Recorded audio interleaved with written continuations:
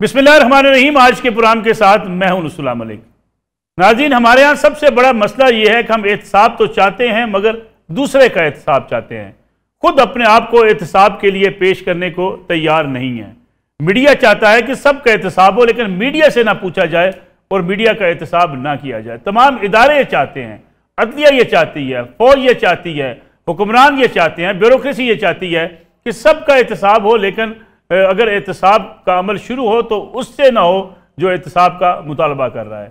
इसलिए हमने देखा कि 76 बरसों में कभी भी एहतसाबी अमल पर अवाम को यकीन नहीं रहा, और जब भी एहतसाब हुआ उस एहतसाब के नाम पर सियासी जमातें तोड़ी गई, सियासी जमातें बनाई गई और लोगों ने इस एहतसाबी अमल को भी अपने मकासद के लिए इस्तेमाल किया।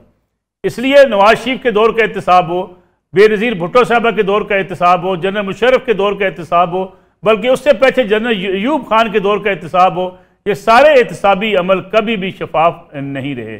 इसलिए अगर कुछ मुकदमात बनते हैं तो हमने देखा कि जब नई हुकूमत आती है ये मुकदमात ख़त्म हो जाते हैं, फिर आने वाली हुकूमत फिर मुकदमात बनाती है और आने वाली हुकूमत फिर अगले इंतखाबात जीतने के बाद उन जो तमाम मुकदमात हैं उनको ख़त्म कर देती है। जजेस से भी जब पूछा जाता है कि आपको भी काबिल एहतसाब होना चाहिए तो वो कहते हैं नहीं, हमारा एहतसाब नहीं हो सकता।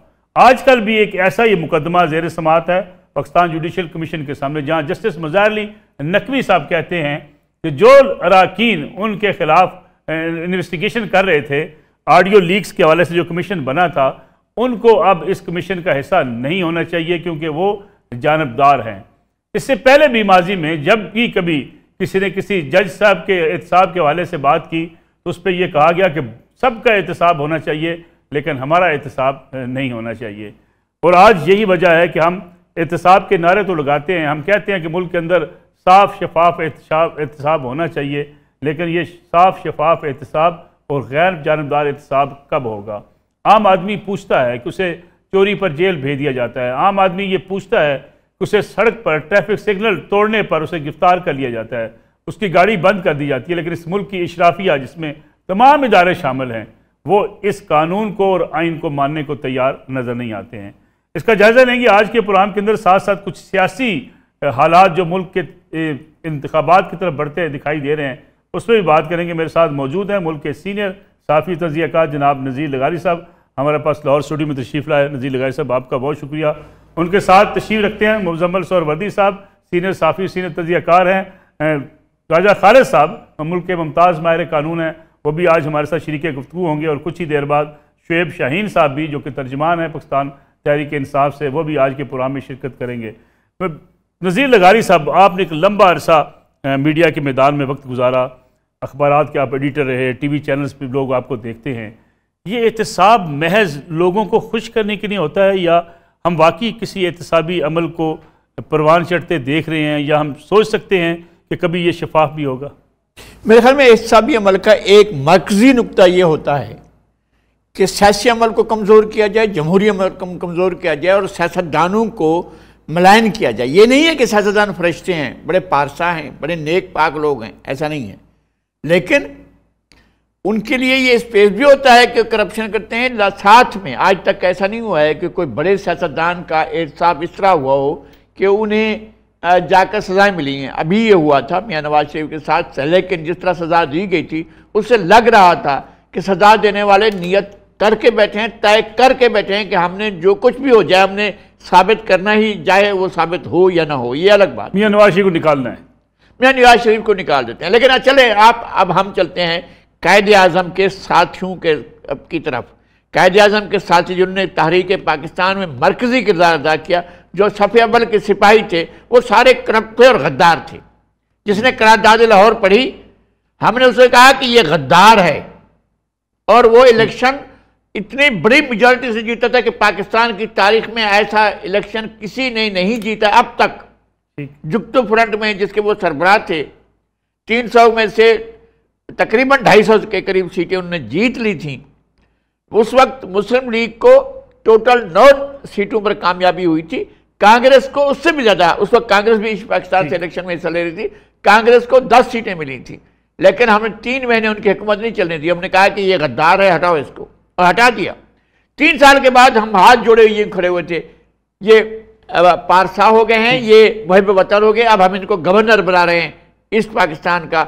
ये मौलवी ए के फजलुल्लाह के साथ हुआ, जिसने यहाँ पर इस शहर में जहाँ मैं बैठा हूँ लाहौर में करारदाद लाहौर पेश की थी, उसको हमने गद्दार कहा था। आगे बढ़ते हैं। कायद-ए-आज़म के जानशीन, कायद-ए-आज़म के इंतकाल के बाद गवर्नर जनरल पाकिस्तान बनाए जाने वाले और लियाकत अली खान के बाद वज़ीर आज़म बनाए जाने वाले को हमने गालियां दी। गवर्नर जनरल गुलाम मोहम्मद कहता है कि जो मैं गालियां दे रहा हूं इनको सुनाई दे रही हैं। ठीक। तो उन्होंने कहा है हाँ सुन रहे हैं, कहने लगे समझ रहा है, नहीं समझ रहा, लेट हिम अंडरस्टैंड, उसको समझाएं मैं क्या गालियां दे रहा हूं, ये उसको समझाएं। और कहा कि तुम चोर हो, तुम खाइन हो, तुम गद्दार, तुम करप्ट हो, तुम गद्दार। वो लोग जो कायद-ए-आज़म की टीम में शामिल थे, हमने उनको कहा। उससे बाद से लेकर अब तक आप चले जाएं, सियासतदान ही वो बने हैं। और जिन लोगों ने किया था, मैं बताऊं आपको, जस्टिस मुनीर ने और जस्टिस दीन मोहम्मद ने क्या कारनामा अंजाम दिया था। कारनामा ये अंजाम दिया था कि इन दोनों ने रेड क्रॉस अवार्ड के कमीशन का हिस्सा होते हुए कमीशन का बाइकाट किया, और उन्होंने रेड क्रॉस ने और उसकी कांग्रेस की टीम ने अपनी मर्जी का तकसीम की, और उसमें हमें गुरदासपुर नहीं मिला, फिरोजपुर नहीं मिला, हमें पाकिस्तान टूटा फूटा मिला। वहाँ ईस्ट पाकिस्तान में भी मुर्शिदाबाद छोड़ दिया गया, कलकत्ता छोड़ दिया गया, सारे इलाके छोड़ दिए गए, क्योंकि ये कमीशन जो था वो एक खतरनाक कमीशन था। और उस खतरनाक कमीशन में हमारे लोगों ने जिन्होंने बाइकाट किया था उनको चीफ जस्टिस बनाया गया, उनको इनामात दिए गए, उनकी सारी जिंदगी वजारतें ऐश करते रहे। जिन्होंने पाकिस्तान को नुकसान पहुंचाया वो खुल खेलते रहे, मजे करते रहे। हालांकि नगारी साहब, एहतसाब की जामन मुल्क की अदलिया होती है, लेकिन अदलिया के ऊपर जब हरफ आता है तो वो अपना एहतसाब होने नहीं देती। आज अगर हम देखें मुज़ाहिर नकवी साहब, वो कहते हैं जी कि मेरे खिलाफ हैं ये सारे लोग, जजेस साहिबान के खिलाफ उन्होंने इतराज़ उठा दिया, इनका एहतसाब भी नहीं होना चाहिए। देखें, वो सुप्रीम कोर्ट के जज हैं, हम उनका बहुत एहतराम करते हैं, बतौर इदारा सुप्रीम कोर्ट का एहतराम करते हैं, हमारे दिल में बड़ी वक़्त है। और अगर हम एहतराम नहीं करेंगे तो फिर हम अपने सबसे बड़े फोरम के, इंसाफ के फोरम का एहतराम नहीं कर रहे होंगे। लेकिन उसमें बैठे हुए जज साहबान अगर जानिबदाराना फैसले कर रहे होंगे, अगर मशकूक फैसले कर रहे होंगे, और अच्छा चले छोड़े, आज की बात ही नहीं करता, मैं माजी की बात करता हूं। अगर जस्टिस मुनीर बन जाएंगे, अगर जस्टिस अनवारुल हक बन जाएंगे, अगर जस्टिस मौलवी मुश्ताक हुसैन बन जाएंगे, अगर जस्टिस इरशाद हसन खान बन जाएंगे, अगर जस्टिस इफ्तिखार चौधरी बन जाएंगे जो सिस्टम को नहीं चलने दें, तो फिर हम क्या करें? मुजम्मिल सोहरावर्दी साहब ये कहते हैं कि जिस तरीके से जज साहबान का किरदार रहा है, ठीक है, एहतराम अपनी जगह पे, आज जस्टिस मुज़ाहिर नकवी साहब भी चाहते ये हैं कि उनके खिलाफ जो जजेस कमीशन में बैठे हैं वो ना बैठे। एतराज़ात उन्होंने आज आखिरी दिन जमा करवा दिए जब उन्होंने जवाब देना था। देखिए, मैं समझता हूं कि उनको शोकास का जवाब देना था, उन्होंने जवाब नहीं दिया। उनको एतराज़ात के साथ अपना जवाब जाहिर करना था, वो शोकास का जवाब नहीं दे सके, वो अपने ऊपर लगे हुए इल्ज़ामात का जवाब नहीं दे सके। कानून की नज़र में 14 दिन की मोहलत ख़त्म हो गई है। उनका जो मेरे पास जवाब है जो उन्होंने आज जमा कराया है, मैं उसकी पहली लाइन आपको पढ़ देता हूँ। I respectfully submit that this is not a reply to the show cause notice dated October 28। वो ये कह रहे हैं कि ये जो मैंने जमा कराया है ये मेरा जवाब नहीं है। उनको 14 दिन जवाब देने के लिए दिए गए थे। उनके बाद दो ही रास्ते थे, या वो सुप्रीम जुडिशल काउंसिल का शो कॉज सुप्रीम कोर्ट में चैलेंज कर देते या वो उसका जवाब देते। उन्होंने दोनों काम नहीं किए हैं। मेरी राय में सुप्रीम जुडिशल काउंसिल को अपनी अगली मीटिंग में उन्हें फारग कर देना चाहिए। वो अपने ऊपर लगे हुए इल्ज़ामात का जवाब नहीं दे सके। देखिए, उन्होंने लिखा है कि मेरे बारे में जो 27 अक्टूबर को मीटिंग हुई उसका प्रेस रिलीज जारी किया गया जिससे मेरा मीडिया ट्रायल हुआ। भाई, आपको प्रेस रिलीज में सिर्फ इतना लिखा कि आपको शो का जारी किया गया तो आप समझते हैं आपका मीडिया ट्रायल हो गया। आपने आज ये जो जवाब मीडिया को जारी कर दिया है, जो मेरे हाथ में भी मौजूद है, जो आपने पूरे मीडिया को जवाब जारी किया है काजी फायज ईसा, सरदार तारिक और अफगानी के खिलाफ, वो उनका मीडिया ट्रायल नहीं है। आप मेरी बात समझे ना। आपने अगर आप अपने इल्ज़ामात का जवाब देकर मीडिया को जारी कर देते कि मेरे जो असासे हैं वो इस तरह जायज़ हैं, तो ये ज़्यादा बेहतर बात थी कि मैं और आप आज ये कह रहे होते कि मुज़ाहिर अली नकवी ने अपने ऊपर लगे हुए हर इल्ज़ाम का शिक बाय शिक देखें जवाब दे दिया है। इल्ज़ाम तो वो किसी का जवाब देने को तैयार नहीं है। वो कहते हैं जी मेरे बारे में ऑडियो लीक्स आई हैं, उनका फोरेंसिक नहीं हुआ। भाई फोरेंसिक के खिलाफ स्टे क्यों लेते हैं जाकर?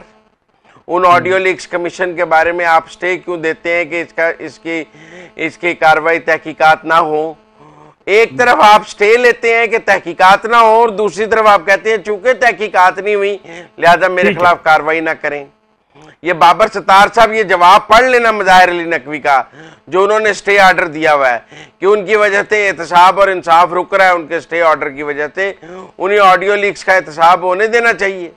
ये कमीशन को काम करने देते हैं, दूध का दूध पानी होना चाहिए। मज़ाहिर अली नकवी साहब को जवाब देना चाहिए कि वक्त का वजीर आला, सूबे का वजीर आला उनके घर क्यों पहुंचा, प्रिंसिपल सेक्रेटरी उनके घर क्यों बैठा था। जो हुक्मरानों का जजों के घर बैठना उनके कोड ऑफ कंडक्ट की खिलाफ वर्जी है, फिर वो हुकूमत के खिलाफ केस कैसे सुनेंगे अगर हुक्मरान उनके घर बैठे होंगे? तो ठीक है, अगर प्रिंसिपल सेक्रेटरी टू सीएम उनके घर बैठा है तो इसलिए मेरे ख्याल में उनके पास कोई जवाब नहीं था और वो फारग होने चाहिए। ठीक है, शोएब शाहीन साहब, मुज़ाहिर नकवी साहब ने जुडिशल कौंसिल को चिट्टा जवाब दे दिया है। मुजम्मिल साहब तो कह रहे हैं कि उनके पास कोई जवाब नहीं था, इसलिए उनको फारग होना चाहिए। देखिए, मेरा ख्याल है कि सिटिंग जजेस के बारे में हमें इस तरह की गुफ्तगू के बारे में थोड़ा सा मोहतात होना चाहिए। ये सुप्रीम जुडिशल काउंसिल की प्रोसीडिंग्स हैं जो under the chairmanship of the chief justice of Pakistan होती है, और इसी तरह का ही एतराज़ आपको याद होगा इफ्तिखार मोहम्मद चौधरी साहब ने दिया था, और वो सुप्रीम कोर्ट ने उनके इन एतराज़ात को एक्सेप्ट किया था। इसी तरह का सम टाइम एतराज़ इफ्तिखार अपना काजी साहब जो मौजूदा चीफ जस्टिस साहब हैं उन्होंने भी लिया था जब इनका केस चल रहा था सुप्रीम कोर्ट में, दो मुअज़्ज़ज़ जज साहबान के ऊपर बल्कि किया था, जस्टिस एजाज उल एहसन साहब और जस्टिस तारिक मसूद साहब पे, कि वो बेनिफिशरी हो सकते हैं अगर इनके खिलाफ ये प्रोसीडिंग्स चलती हैं तो, और वो दोनों जज साहबान खुद अलग हो गए थे। इसी तरह जस्टिस शौकत सिद्दीकी साहब ने भी कोई एतराज़ दिया था, लेकिन मुझे उसका नहीं पता, मेरा ख्याल है कि वो जज साहबान फिर वो बेंच से अलग शायद नहीं हुए थे। तो इस तरह ये जो कोई सरकारी ऑफिसर हो या कोई जज साहबान का हो कि जब कोई शो कॉज नोटिस आता है, वो आम तौर पर अगर किसी के ऊपर नो कॉन्फिडेंस करते हैं और अगर वेल रीज़न है, मैंने दोनों चीज़ें नहीं पढ़ी हुई, यानी इनका जो मौजूदा एतराज़ वाली बात है मेरे तक नहीं पहुंची और मैंने ना पढ़ी है, इसलिए मैं नहीं कह सकता कि क्या एतराज़ उन्होंने लिए। अगर कोई जेन्युइन एतराज़ हो तो वो विद डॉक्यूमेंट की एविडेंस ले सकते हैं। Let the honourable chief justice जो कि चेयरमैन है of the supreme judicial council, they may decide in the commission, क्योंकि वो काउंसिल जुडिशल काउंसिल वो जब बैठेंगे वो 5 मुअज़्ज़ज़ मेंबरान होते हैं, एक चीफ जस्टिस, एक 2 सीनियर मोस्ट जजेस ऑफ द सुप्रीम कोर्ट और 2 सीनियर मोस्ट जजेस ऑफ द हाई कोर्ट। वो 5 मेंबरान बैठ के फिर वो उन एतराज़ात के ऊपर डिसाइड करते हैं, और अगर डिसीजन फर्ज करो उनके खिलाफ आ जाए, नकवी साहब के खिलाफ, तो उनको ये हक हासिल है कि अंडर आर्टिकल 184(3) अब तो ये एक प्रेसिडेंट सेट हो गया है 3 केसेस की रोशनी में कि वो सुप्रीम कोर्ट से रुजू कर सकते हैं। राजा खालिद महमूद साहब, शेख साहब कह रहे हैं कि हम ऐसे इश्यूज़ को हमें डिस्कस नहीं करना चाहिए जो मामला सुप्रीम कोर्ट के पास हो, लेकिन मुल्क के तमाम इदारों, तमाम सियासतदानों को हम कटहरे में रोज़ाना खड़ा करते हैं, उनका एहतसाब शुरू कर देते हैं। क्या अदलिया का एहतसाब भी नहीं होना चाहिए? बिल्कुल मलिक साहब, अदलिया का एहतसाब होना चाहिए, लेकिन ये सुप्रीम कोर्ट को हम डिस्कस नहीं कर रहे, सुप्रीम जुडिशल काउंसिल को डिस्कस कर रहे हैं। ये कोर्ट की प्रोसीडिंग नहीं है बल्कि काउंसिल की एक इंक्वायरी है। काउंसिल ने एक रिपोर्ट रिकमेंडेशन भिजवानी है बाद में प्रेसिडेंट ऑफ पाकिस्तान को। एक बात तो ये है कि मुज़ाहिर अली अकबर नकवी साहब के जो भी एतराज़ात थे, मैं समझता हूँ कि they are totally based on mala fide and malicious intent. इस वजह से कि आपने 2 जजेस पे एतराज़ नहीं उठाया जिन्होंने आपको नोटिस जारी करने की मुखालफत की थी, आपने उन 3 जजेस पे एतराज़ उठाया जिन्होंने आपको नोटिस जारी किया। तो मतलब ये हुआ कि आप चाहते हैं कि 2 तो पहले ही इसके खिलाफ थे, 3 ये रिक्यूज कर जाए तो सुप्रीम जुडिशल काउंसिल ही खत्म हो जाए और फिर आप वहां से एक्विट होके तो आ जाए, बरी जिमा होके बाहर आ जाए। ये ऐसे नहीं हो सकता जहाँ पे यहाँ के सियासतदान, ब्यूरोक्रेट सारे अकाउंटेबल हैं, तो फिर जजेस को भी अकाउंटेबल होना चाहिए। कि आप मसनद इंसाफ पे बैठ के कितना इंसाफ करते रहे। आपकी ज़ाहिर ऑडियो लीक्स मौजूद हैं, उसके खिलाफ आप स्टे ले रहे हैं मुख्तलिफ कोर्ट से जाके। फिर ये है कि आपके खिलाफ अगर रेफरेंस आया है, आपके पास कोई सबूत था उसे कंट्रोवर्ट करने का, उसे डिनाई करने का, उसे रिजेक्ट करने का, तो उस समेत आज आपको सुप्रीम जुडिशल काउंसिल में पेश होना चाहिए था। जब आप मीडिया ट्रायल की बात करते हैं तो उन जजेस का, जब इन 3 सीनियर जजेस को आप बायस्ड करार देंगे, आप उन्हें प्रीजुडिस करार देंगे, तो उनका मीडिया ट्रायल नहीं होगा। या आप चीफ जस्टिस ऑफ पाकिस्तान पे मिसट्रस्ट कर रहे हैं, आप सीनियर प्योनर जज पे मिसट्रस्ट कर रहे हैं, आप बलूचिस्तान हाई कोर्ट के चीफ जस्टिस पे अदम एतमाद का इजहार कर रहे हैं। तो मैं समझता हूँ कि ये एक मफर है, ये फरार की राह उन्होंने अख्तियार की। और इसी तरह उनके खिलाफ लाहौर हाई कोर्ट में भी रेफरेंस था और उस वक्त वो मैनेज हुआ। वो रेफरेंस को बाद में साकिब निसार और बाकी लोगों ने ड्रॉप करके उन्हें एलिवेट कर दिया सुप्रीम कोर्ट ऑफ पाकिस्तान में। और सुप्रीम कोर्ट ऑफ पाकिस्तान में जो उनका कंडक्ट है वो सारी कौम के सामने है, सारी बार्स के सामने है। लिहाजा मैं ये कहता हूँ कि इनका जजेस या कोई भी अदारा है वो इंसाफ से बाला नहीं होना चाहिए। अक्रॉस द बोर्ड उनका इंसाफ होना चाहिए हर सूरत। बिल्कुल ठीक है। राजा खालिद महमूद साहब, एक ब्रेक का वक्त हुआ, एक ब्रेक लेते हैं तो वापस आएंगे तो इस पर बात करेंगे कि मुल्क में इंतखाबात का मेला तो सज चुका है, सियासी जमातें अपनी अपनी इलेक्शन कैंपेन भी शुरू कर चुकी तकरीबन, लेकिन हमें कहीं ना कहीं नज़र आता है कि इदारे आपस में टकराते हुए दिखाई देते हैं। कहीं अदलिया में लड़ाई है तो कहीं ब्यूरोक्रेसी से गिले शिकवे हैं, कई सियासी जमातें एक दूसरे के ऊपर इल्ज़ामात लगा रही हैं। क्या ये सियासी हिद्दत बढ़ती चली जाएगी या इलेक्शन के करीब माहौल जाकर एक साजगार इंतखाबात की तरफ आगे बढ़ेगा? इस पर बात करेंगे एक ब्रेक के बाद। प्रोग्राम एक बार फिर खुश आमदीद नज़ीर लगारी साहब, ये सियासी पारे में हिद्दत में इजाफा रूटीन का मामला है या सियासी जमातें अब समझती हैं कि वो अपने ऊपर जो भी हो उनके कंधों पे बोझ है उसको उतार फेंका जाए और एक शफाफियत के साथ इंतखाबात में आगे बढ़ें? नहीं, पहली बात तो ये है कि अभी तो पारा चढ़ाई नहीं है ना, अभी तो लग ही नहीं रहा है कि बयानबाजी तो शुरू होगी काफी। बयानात भी बस बयानात है ना, बयानात ये नहीं होते हैं। सियासत तो उस वक्त सरगर्म होगी जब पता चलेगा कि रैलीज निकल रही हैं, जुलूस हो रहे हैं, जलसे हो रहे हैं और मास्टर्स में लोग रब्ता कर रहे हैं, अपना सियासी प्रोग्राम पेश कर रहे हैं। अभी तो इल्ज़ामात पेश कर रहे हैं, एक पार्टी दूसरे पर इल्ज़ाम लगा रही है, दूसरी पार्टी तीसरी पर इल्ज़ाम लगा रही है, तुम यहाँ पर गलत थे, तुम यहाँ पर गलत थे, इस तरह की बातें हो रही हैं। आपने वो काम ठीक नहीं किया था, आपने ये काम ठीक नहीं किया था। भाई आपके पास अगले 5 साल का प्रोग्राम क्या है?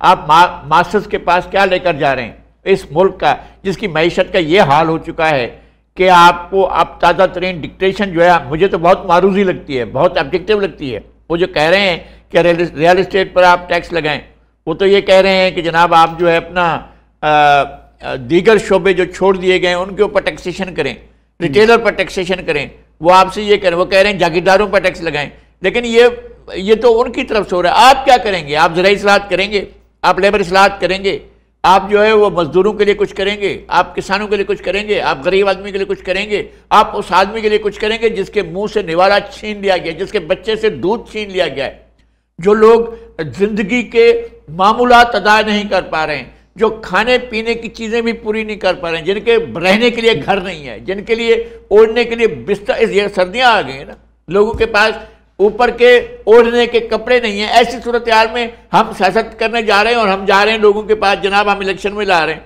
और तराने हमारी ये है कि मैटर करता है लगारी साहब आवाम के लिए। हमारे यहाँ मंशूर तो सिर्फ लोगों को एक दिखाने के लिए एक पलंदा पेश किया था कुछ, तो लोग इररिलेवेंट हो जाते हैं। ये सबसे बड़ी बुरी बात है।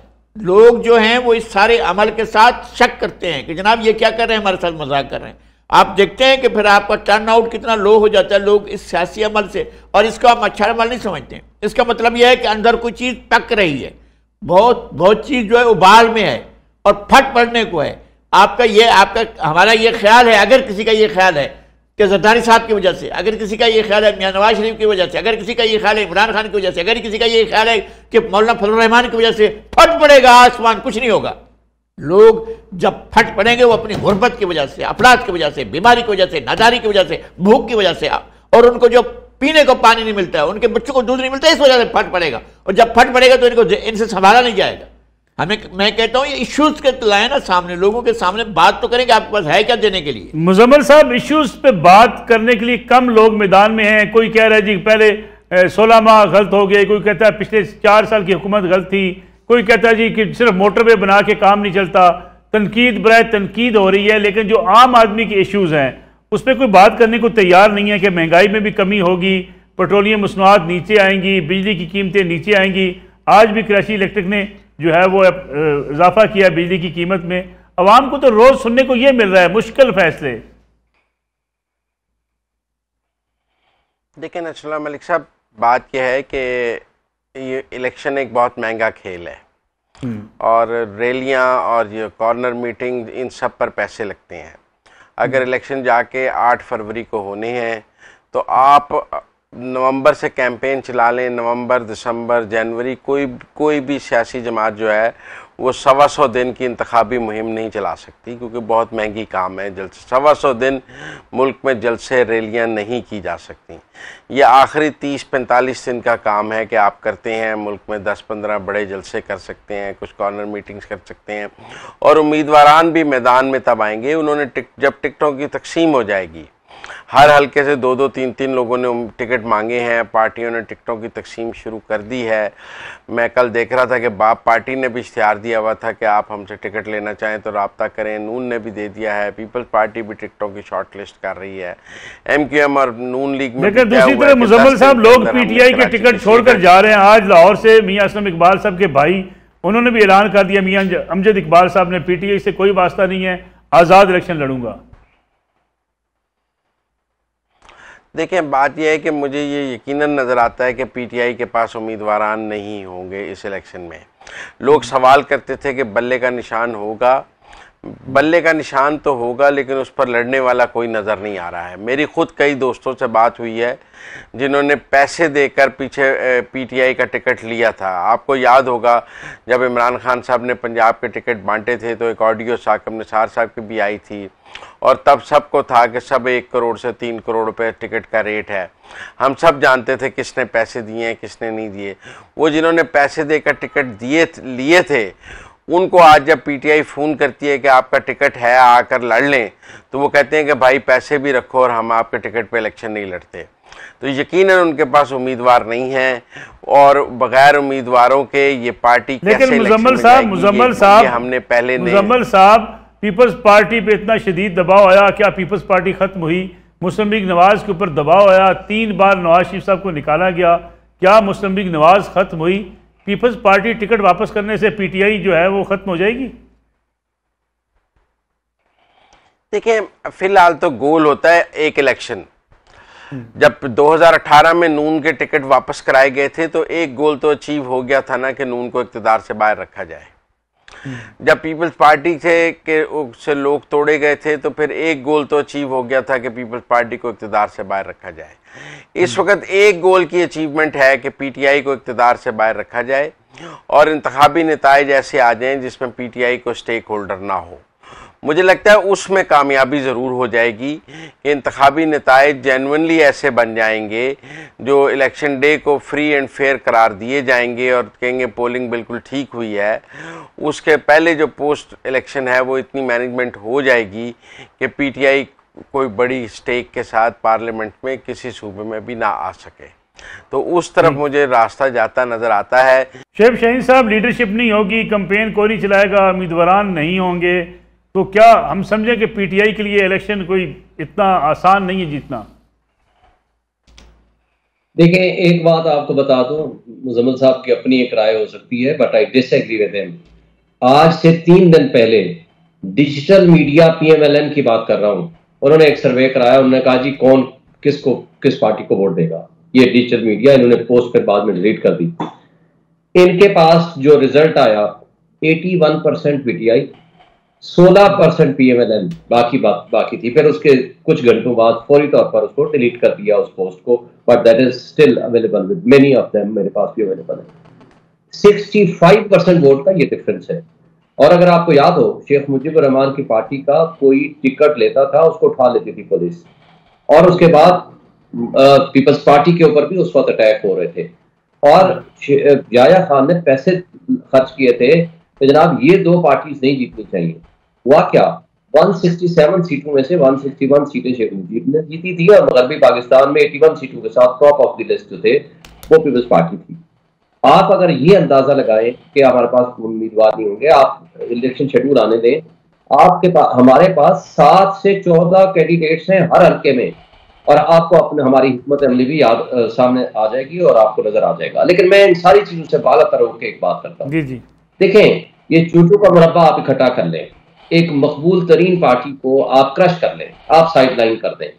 आपने इसी तरह जो 16 महीने की रखने वाले थे या इससे मिलते जुलते किस्म के कोई लोग ले आए, लेकिन क्या वो इस तरह क्या वो इन्वेस्टमेंट ले आ सकेंगे?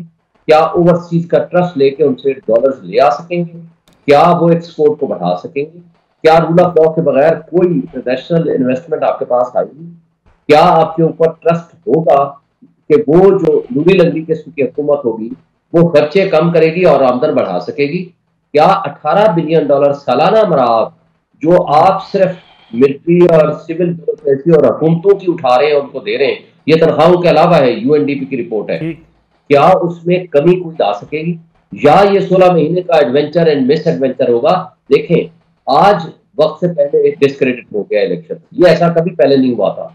आप यही कर सकते हैं ना, लूली लंगड़े किस्म के 4 इधर से उठाए 4 उधर से उठाए, आपने एक हुकूमत खड़ी कर दी, लेकिन वो डिलीवर कर पाएंगे क्या? लेकिन शहीद साहब यही कुछ हुआ 2002 में। PMLN के लोग बिल्कुल आउट कर दिए गए, हुकूमत बन गई, हुकूमत PML काफ की बनी, आराम से हुकूमत करती रही।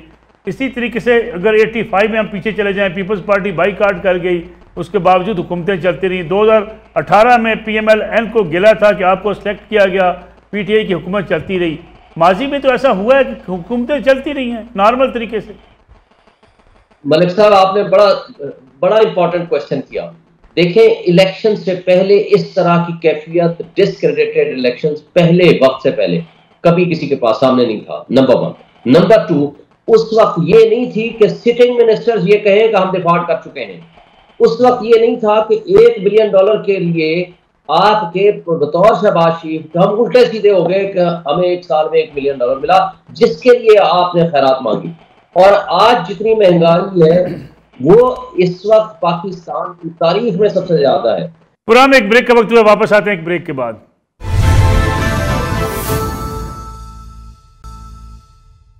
पूरा में एक बार फिर खुश आमदीद। राजा खालिद महमूद साहब, इलेक्शन की क्रेडिबिलिटी कोई बड़ा मसला बनेगी अगर PTI हुकूमत में ना हुई, या अगर PTI मुनासिब सीटें न जीत पाई, हुकूमत बनाने में, हुकूमत चलाने में कोई मुश्किल दरपेश होगी? मेरे ख्याल में ऐसा तो नहीं होगा। मुझे तो नहीं लगता कि PTI के ना होने की वजह से इलेक्शन की क्रेडिबिलिटी का कोई सवाल होगा।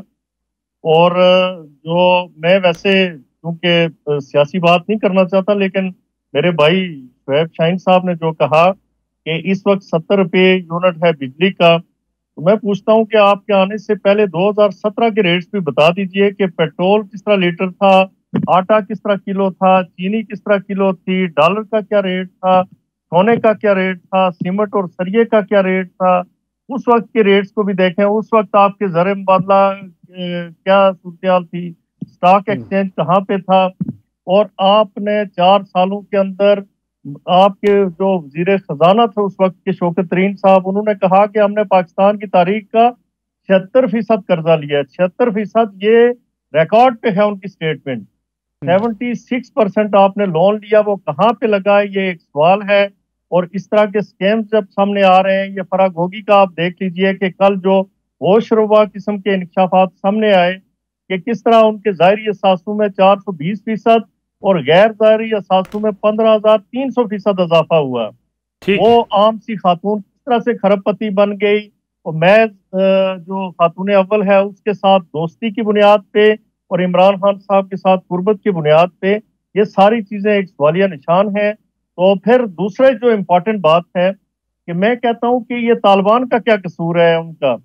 अगर यानी PTI इलेक्शन लड़ती है, मैं माजरत के साथ शुएब साहब के साथ, ये पाकिस्तानी की हैसियत से मेरी राय है कि उन्हें आप इलेक्शन से बाहर रखते हैं। तो इन्होंने जो एक राह दिखाई, आप देखें जो एयरबेस पर हमला हुआ मियां वाली, तो ये थोड़ा अरसा पहले 9 मई को आपने रास्ता दिखाया कि ये इलाके भी, ये तनसीबात भी, ये मिलिट्री इंस्टॉलेशन और एयर बेसिस ये भी एक्सेसिबल है, यहाँ भी अटैक्स हो सकते हैं।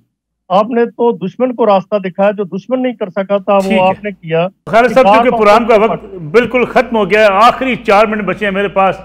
एक मिनट में चाहूंगा चारों अपने मेहमानों से, नज़ीर लगारी साहब, फराह गोगी केस इमरान खान साहब के लिए मुश्किलात का बायस बनेगा? हो सकता है, एक हद तक हो सकता है कि अब बहुत देर के बाद, जबकि इनकी अपनी हुकूमत थी, बहुत सी चीज़ें उनके पास मौजूद थी, हमारे पास मौजूद थी, पूरे बंडल मौजूद थे कि क्या क्या चीज़ें होती रही हैं, लेकिन उन्होंने उस वक्त इस चीज़ को नहीं लाया, उन्होंने अपना कोई बयानिया बनाया ही नहीं है। और वो जो बयानिया बन रहा था, इतना ख़तरनाक बयानिया था जिसका नतीजा 9 मई को बरामद हुआ। वो बयानिया बनता रहा, उनको उसको बनने दिया गया। ये मुतबादिल बयानिया नहीं रखा गया कि जनाब कितना ख़तरनाक पाकिस्तान के साथ होता रहा है, और कितना चीज़ें कि पंजाब का वज़ीर आला, उसको पता ही नहीं था कि मैं वज़ीर आला हूँ, कोई और वज़ीर आला था, उसके अख्तियारात का उसको पता ही नहीं था कि मैं अख्तियारात, हम वैसे ही जानते हैं। वो तो हमारे सरदार उस्मान बुज़दार, शुएब शाहीन साहब और हमारे ज़िले के, हम एक जगह के हैं ना, वो तो एक प्राइमरी टीचर बनने की भी अहलियत नहीं रखते हैं, जिनका नाम उस्मान बुज़दार है। आपने उनको वज़ीर आला बना दिया, फिर उसके बाद तो यही होना था जो गुल खिलाए गए। ठीक है, मुज़म्मिल सर वर्दी साहब, उस्मान बुज़दार साहब बच जाएं, फराह बीबी और बुशरा बीबी और इमरान खान साहब फंस जाएं, ये मुमकिन होगा? नहीं, ये मुमकिन नहीं होगा, लेकिन मेरा अब भी ये राय है कि जो रवैया पाकिस्तान की अदलिया का पीडीएम के साथ उनके केसेस में था, वो पीटीआई के साथ नहीं है। उनको ज़मानतें भी मिल रही हैं, उनके नोटिस भी मुअत्तल हो रहे हैं, नैब को रोका भी जा रहा है, उनकी गिरफ्तारियां भी रोकी जा रही हैं, और मैंने और उनको मुल्क से बाहर भिजवाने में भी अदलिया के फैसलों का किरदार है। जो लोग बाहर गए हैं वो अदालतों से इजाज़त लेकर गए हैं, तो इस मुल्क अदलिया की जो सहूलतकारी है वो एहतसाब की राह में रुकावट है। शुएब शाहीन साहब, अदलिया की सहूलतकारी है आपको? अदलिया की सहूलतकारी आपने नवाज शरीफ के हक में खुद देख ली, पूरे मीडिया ने देख ली, पूरी आवाम ने देख ली, मुझे डिस्कस करने की जरूरत नहीं है। जो हमारे साथ जुल्म, बर्बरियत और जबर और जो कुछ हो रहा है वो पूरी आवाम देख रही है। मैं उस पर मजीद कमेंट नहीं करना चाहता, सारी दुनिया को पता है। अगर नहीं पता तो हमारे दोस्तों को नहीं पता, तो कोई बात नहीं, खैर है, मैं इनसे गिला नहीं करता। जो फराह गोगी का मामला है, आप मीडिया ट्रायल ना करें, 16 महीने इनके पास थे, जाएं प्रोसीड करें, अभी भी कर लें। आपके पास कोई एविडेंस है तो आप प्रोसीड करें। She was not a public office holder. आज भी आप जो कार्रवाई है आप उठाएं, उनको इंटरपोल के जरिए ले आए, आपको कौन रोकता है? लेकिन हमें कहां से उसके साथ कनेक्ट करते हो? ले आओ ना, कि कोई एविडेंस हमारे खिलाफ ले आओ। आप मीडिया ट्रायल करके आपके पास इमरान खान के खिलाफ कोई एविडेंस नहीं मिला, बीबी के खिलाफ कोई एविडेंस नहीं मिला, आपने फराह गोगी को उठा लिया, करें आप उसके खिलाफ प्रोसीड। अब तो आपको नहीं रोकते, लेकिन एविडेंस। राजा खालिद साहब, चैलेंज है शुएब साहब का, एविडेंस है तो ले आए। जी जी, एक बात जी जी, खालिद साहब कह रहे थे कि नहीं जी 9 मई की वजह से हम पार्टी आए ना, की बैन हो गई है। शुएब शाहीन साहब फराह गोगी को कहें ना वापस आ जाए। डिस्क्राइब करते हैं कि वो अपने शुएब शाहीन साहब फराह गोगी को कहें वापस आ जाए, हमारे कहने पे क्यों करते हैं? आकर कानून का सामना करें, फराह गोगी को कहें वापस आ जाए। तो आज पेश कर दे कि नहीं, आप फराह गोगी को कहें ना, आप लोग फराह गोगी नहीं होता तो आपने मीडिया ट्रायल के जरिए कभी फराह गोगी, उसका ड्रामा पिछले 2 साल से हम सुन रहे हैं, हमारे कान पके। आप फराह गोगी को कहें वो मुल्क में वापस आ जाए। राजा खालिद साहब को कमेंट के लिए दे, पुरान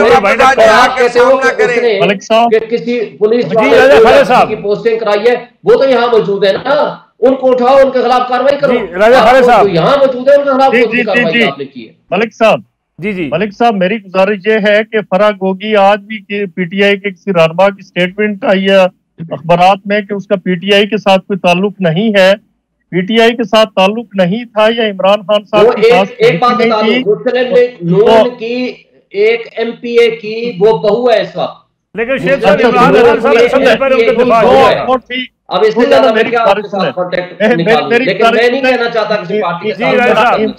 मैं ये कहता हूं उसके खिलाफ एविडेंस है, आप प्रोसीड करो, एविडेंस लाओ, आप मीडिया ट्रायल ना करो। इमरान खान साहब उसके वकील बन के मीडिया, नेशनल मीडिया पे क्यों आए थे और उन्होंने उसके असासों को क्यों डिफेंड किया था? ये अपनी जगह पे एक सवाल है कि पीटीआई किसी को डिफेंड नहीं करता। मैं कह रहा हूँ ना, बताओ तर्जमान पीटीआई, आप करें ना, आपके पास एविडेंस है, आप करो, प्रोसीड करो। आपके पास 16 महीने थी, आपने क्या कार्रवाई की? शुएब साहब, प्रोग्राम का खत्म हो गया, आपका बहुत शुक्रिया। लेकिन आपको कार्रवाई मुजम्मल सोहरवर्दी साहब, नज़ीर लगाई साहब हमारे साथ मौजूद थे। नाज़रीन, आज का प्रोग्राम था, इंशाल्लाह कल आपकी खिदमत में दोबारा हाजिर होंगे। इजाज़त दीजिए, अल्लाह हाफ़िज़।